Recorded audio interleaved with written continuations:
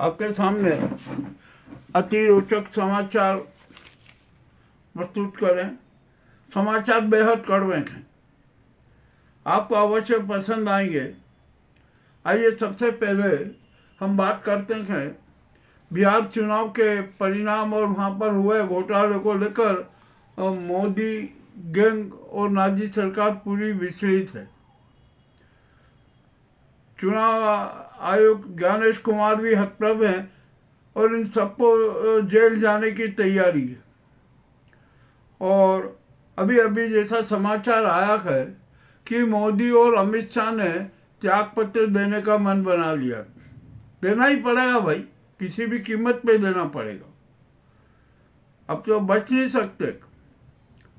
मामला बड़ा पेचीदा हो गया और सुप्रीम कोर्ट ने इस नाजी सरकार के सारे अहंकार को चकनाचूर कर दिया और उनके जो गुर्गे थे ना, जो सरकार की बचत करने आए थे, वे भी नाक रगड़ते हुए माफ़ी मांगने लगे। मामला बड़ा विचित्र है। ट्रिब्यूनल एक्ट को लेकर सुप्रीम कोर्ट में सुनवाई चल रही थी और इसके पहली सुनवाई में ही सुप्रीम कोर्ट ने ट्रिब्यूनल एक्ट को असंवैधानिक करार दिया था। भाजपा सरकार ने, इस नाजी सरकार ने याचिका लगाई, पुनर्निरीक्षण याचिका। कोर्ट में सुनवाई चली और ये मामला खुद की जाए गवाही जी सुन रहे थे। ठीक है, इस ट्रिब्यूनल एक्ट में अनेक प्रकार की खामियां थी, गलियारे थे, तो सीजीआई ने स्पष्ट कर दिया कि ये इसमें जो गलियारे हैं उसको समाप्त कीजिए। परंतु इस अहंकारी सरकार ने कुछ नहीं सुना और उसके जो अटॉर्नी जनरल है वो कोर्ट के सामने 2-3 बार उसकी तारीख, सुनवाई की तारीख बढ़वा चुके। अब फिर तारीख की सुनवाई आई तो उस समय एजी उपस्थित ही नहीं हुए और अपने एक सहयोगी को भेज दिया। उस सहयोगी ने कहा कि अरे साहब ये प्रकरण की और आगे तारीख बढ़ा दीजिए। सीजीआई गवाही नाराज हो गए। उन्होंने स्पष्ट कहा कि ये बार बार तारीख बढ़ाने का क्या करते हैं, नहीं है आप वो, तो आप आइए यहाँ पर और अपने बहस कीजिए, सारे जो अपने तथ्य प्रमाण रखिए। किंतु नहीं रखे तो सीजीआई गवाही नाराज हो गए और उन्होंने स्पष्ट कह दिया कि यदि आज आपने बहस नहीं की और तथ्य नहीं रखे ना, तो मैं एक प्रकरण बंद कर दूंगा। जो एजी के असिस्टेंट ने तुरंत एजी को फ़ोन किया तो अटॉर्नी जनरल भागे कोर्ट में उपस्थित हुए और गवाही जी के सामने प्रस्तुत हुए और उन्होंने माफ़ी भी मांग ली कि साहब मैं दूसरे काम में व्यस्त था, इस कारण उपस्थित नहीं हो सका। तो उन्होंने कहा कि आपने कितनी बार तो तारीख बढ़वा ली है, आप उपस्थित भी नहीं होते हैं, इसका मतलब ये कि आप प्रकरण को सुनना नहीं देना चाहते। यदि आप नहीं सुनने देना चाहते तो मैं प्रकरण बंद कर देता हूँ। तो इससे बड़े विचलित हुए और सवाल ये यहाँ पर यह नहीं था। सवाल ये था कि ये जो एजी है ना, ये नहीं चाहते थे कि जो ट्रिब्यूनल एक्ट की सुनवाई सीजीआई करें और उनके सेवानिवृत्त होने के बजाय अन्य पीठ पर ये चला जाए और वहाँ पर अपने मन माफिक जैसे भी होगा ना वैसे करवा लेंगे। परंतु सीजीआई ने स्पष्ट इनकार कर दिया कि कुछ नहीं, अब आपको बहस करना होगी और मुझे निर्णय देना और मैं निर्णय दे के रहूँगा। यदि आपने बहस नहीं की, ये नहीं की ना, तो मैं इस प्रकरण को बंद कर दूँगा। अब सीजीआई जो एजी है वो भी विचलित हुआ कि अरे ये तो मामला ही सारा उल्टा हो गया।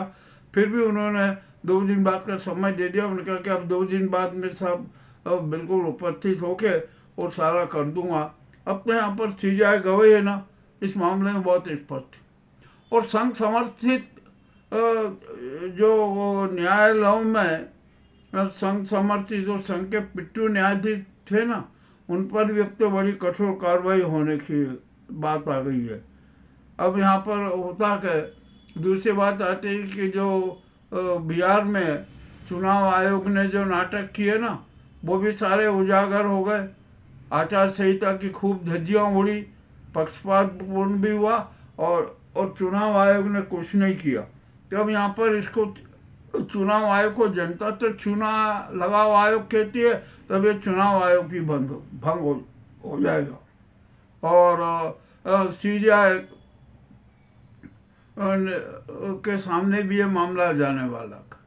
तो यहाँ पर अब जनता जो कह रही है ना कि जो ये चुनाव आयोग है, ये तो चुनाव लगाव आयोग है, प्रजातंत्र का हत्यारा है, जनमत का हत्यारा है, और यहाँ पर षड्यंत्र पूर्वक इंसानों के, हम नागरिकों के मताधिकार की हत्या कर रहे हैं। तो ये बात भी सच सिद्ध हो गई। मामला बड़ा एकदम विचित्र हो गया। तो ज्ञानेश कुमार भी विचलित हो गए। अब उनको कुछ जवाब देते नहीं बन रही है।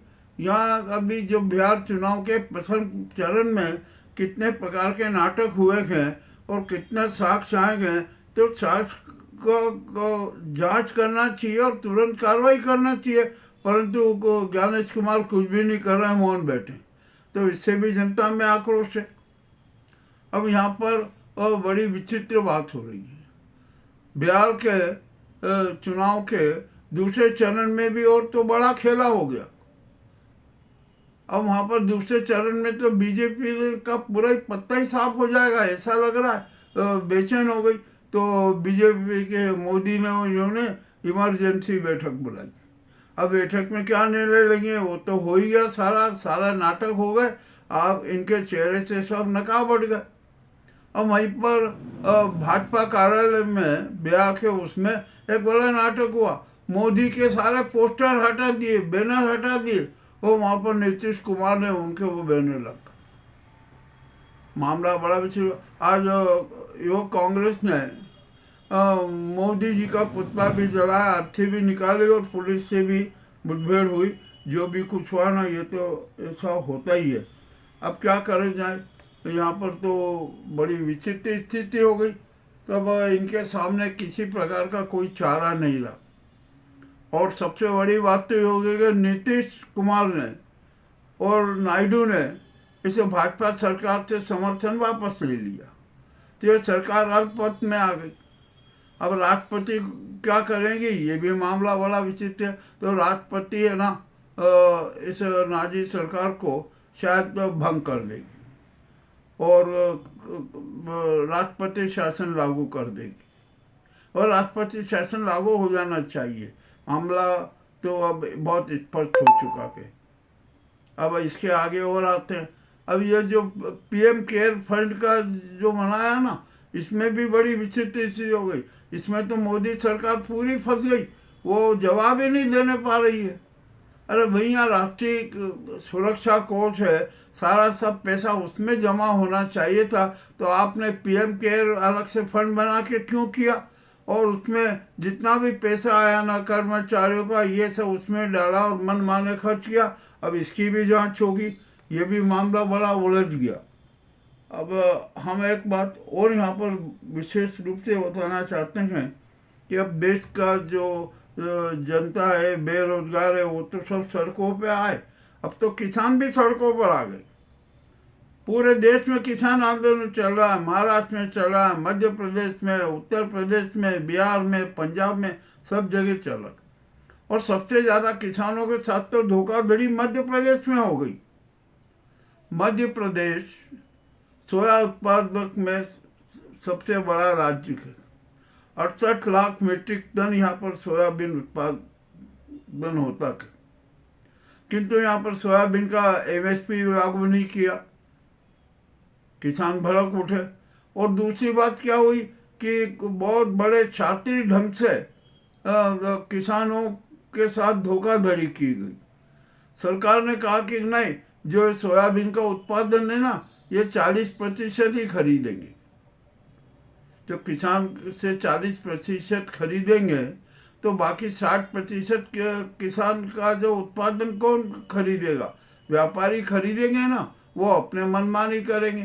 तो यहाँ पर सारे किसान जो सोया उत्पादक किसान हैं उन्होंने स्पष्ट कर दिया कि सोयाबीन का MSP 6,000 रुपये से अधिक ही किया जाए। यदि सरकार ने ऐसा नहीं किया ना तो हम ये बर्दाश्त नहीं करेंगे। अब ये सरकार घबरा गई और मगर हुआ क्या कि इसमें भी बड़ा खेला कर दिया कि जो सरकार ने एक जो लिमिट बांधी 68,000 का उत्पादन होता है, 40% करेंगे, यानी 13 लाख मीट्रिक टन ही सरकार सोयाबीन खरीदेगी। बाकी का सारा उत्पादन है ना व्यापारी खरीदेंगे अपने मन माने मूल्य पे। तो ये तो किसानों के साथ धोखाधड़ी हो गई, षड्यंत्र हो गया। अब इसी तरीके से मध्य प्रदेश सरकार ने घोषणा कर दी कि अब समर्थन मूल्य पर गेहूं नहीं खरीदा जाएगा। तो क्या किसान गेहूं कहाँ बेचेगा? अरे सरकार नहीं खरीदेगी तो क्या व्यापारियों को छूट दे दी है क्या? इसका मतलब ये हुआ कि व्यापारियों और सरकार की छूट है। और अब तो कृषि मंत्री खुद शिवराज सिंह है, वो भी जानते हैं कि क्या है क्या नहीं है, परंतु वे भी मौन है। तो ये किसानों के साथ जो धोखाधड़ी की गई है ना, अब तो पूरे देश का किसान सड़कों पर आएगा और अब तो हर फसल का MSP लागू करना ही पड़ेगी, उसकी घोषणा करना ही पड़ेगी। ये भी एक स्थिति बड़ी विचित्र बन गई है। युवा सड़कों पर, किसान सड़कों पर, अजा जजा, दलित महादलित सब सड़कों पर। तो है कौन इनके साथ? जो इस गुजराती गैंग की सरकार के साथ है कौन? मात्र ये बड़े बड़े पूंजीपति और ये मनुवादी। इसके अलावा तो कोई उनके साथ नहीं है। अब तो देश की यानी 93% जनता इस गुजराती सरकार के खिलाफ है, मैदान में है। देखते हैं क्या होता है क्या नहीं होता है। और ये तो सरकार को अब एक पल सत्ता पे काबिज रहने का अधिकार नहीं है। त्याग पत्र दे देना चाहिए। और मोदी ने तो कई दिया, मन भी बना लिया कि अब मेरा काम खत्म हो गया। यानी इस देश में अब जो नाजीवाद चला था ना, ये गुजराती गैंग का आतंक चला था। मैं तो इस गुजराती गैंग को स्वदेशी आतंकी गैंग कहता हूँ। अब उनका अंतिम संस्कार का समय आ गया। अब बहुत जल्दी से जल्दी इनका अंतिम संस्कार हो भी जाएगा। अब तो ये खुद ही होगा। अब यहाँ पर बिहार के चुनाव के साथ ही अब लोजपा में भी भगदड़ मच गई। लोजपा के सांसद ने लोजपा छोड़कर महागठबंधन में शरीक हो गए। वाह भाई, अच्छी बात है जो हो गए। अब यहाँ पर प्रशांत किशोर की बात आई तो प्रशांत किशोर ने भी आज एकदम रुख पलट लिया। उन्होंने भी कह दिया कि कुछ नहीं, मैं तो महागठबंधन के साथ और महागठबंधन को समर्थन दूंगा। तो जो इस भाजपा की जो कुछ आशा किरण थी नहीं कि चलो प्रशांत किशोर अपने को सपोर्ट देंगे तो थोड़ी इज्जत बचाने वाली बात हो जाएगी, किंतु आज प्रशांत किशोर ने भी इस नाजी गुजराती गैंग को करारा झटका दे दिया। अब यहाँ पर आते हैं नीतीश कुमार की। नीतीश कुमार ने तो इस भाजपा को कहीं का नहीं छोड़ा।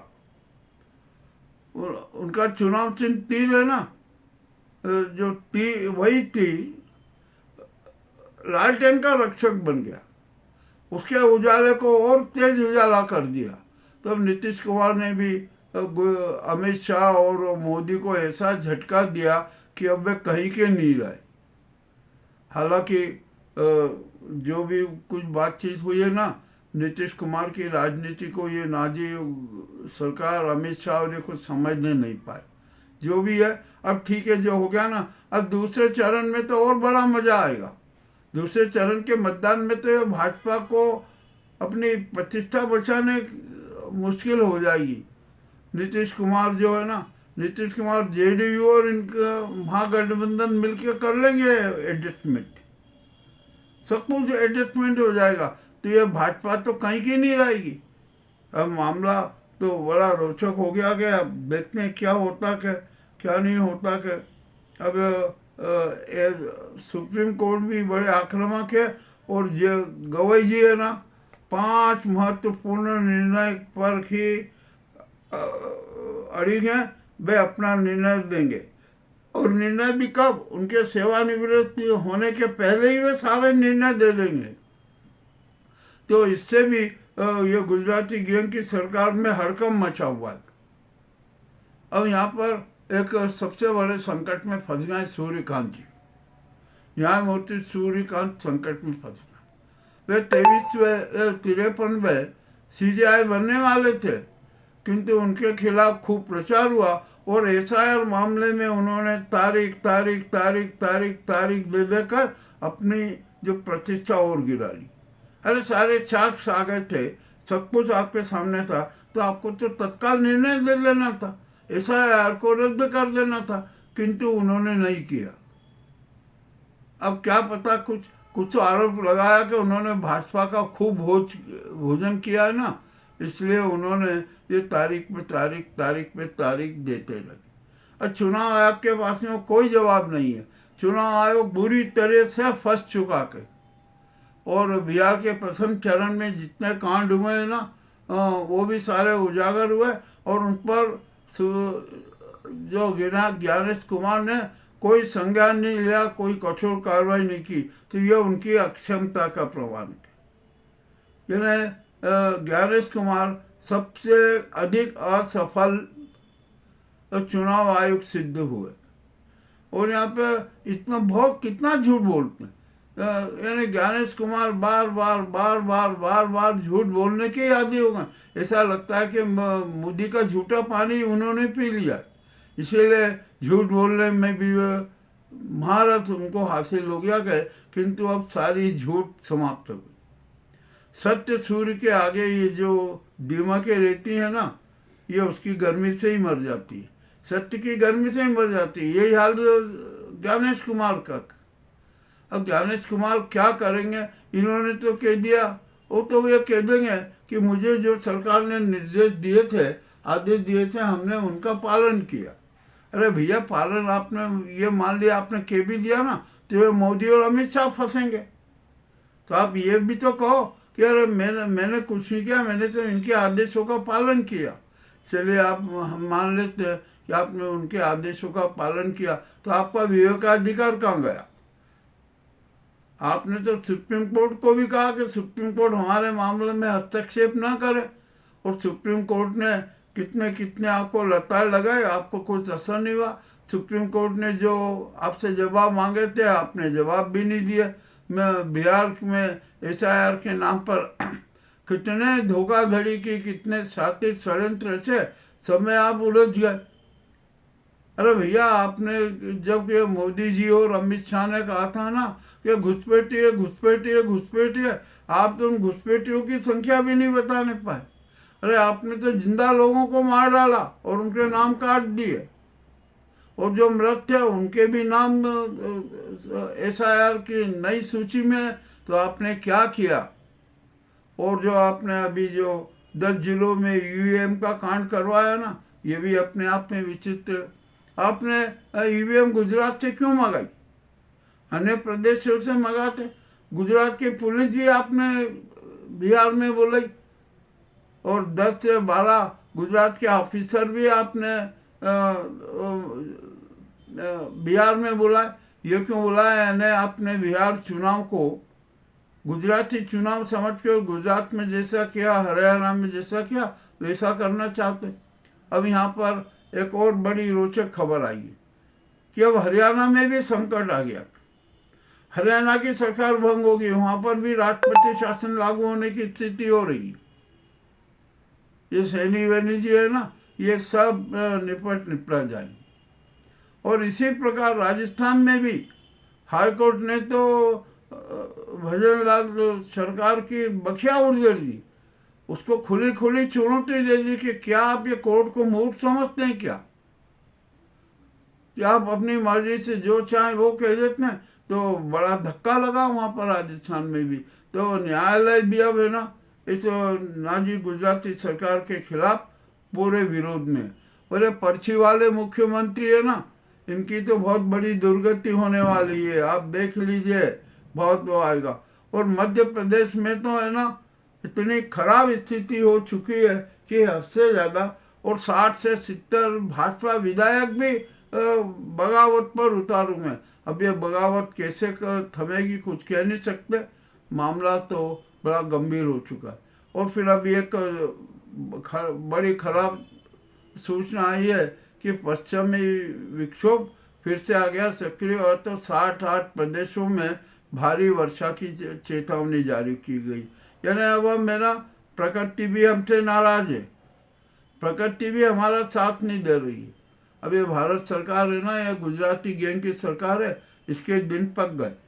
मोदी मटका और अमित मटका फूट गया, उनके सारे पाप है ना अब सब उस मटके से बाहर आके फैल रहे हैं, और बड़ी खराब स्थिति हो रही है। ये जो अभी की जो ताज़ा घटना है ना, ये बड़ी विचित्र बात है।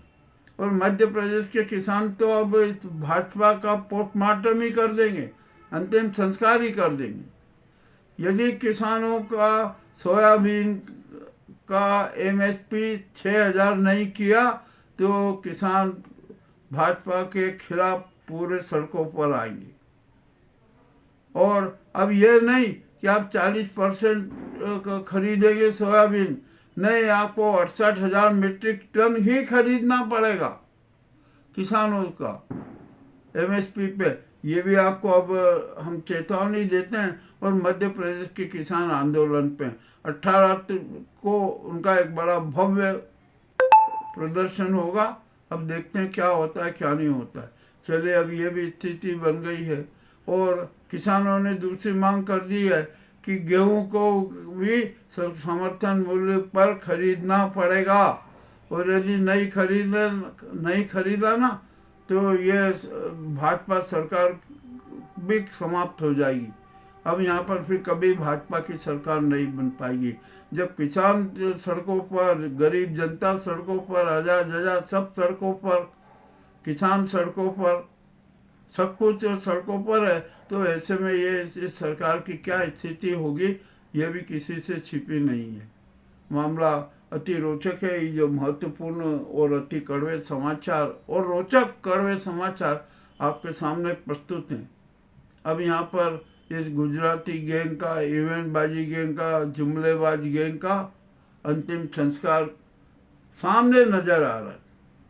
बस अब तो सिर्फ मुखाग्नि देने की जरूरत है, और देश की 92% जनता इनको मुखाग्नि देगी, ये भी तय हो चुका है। अब ये आज के जो रोचक समाचार है वे आपके सामने प्रस्तुत है। आपको कैसे लगे हमें अवश्य बताएं। बहुत बहुत धन्यवाद। हाँ यार, अपन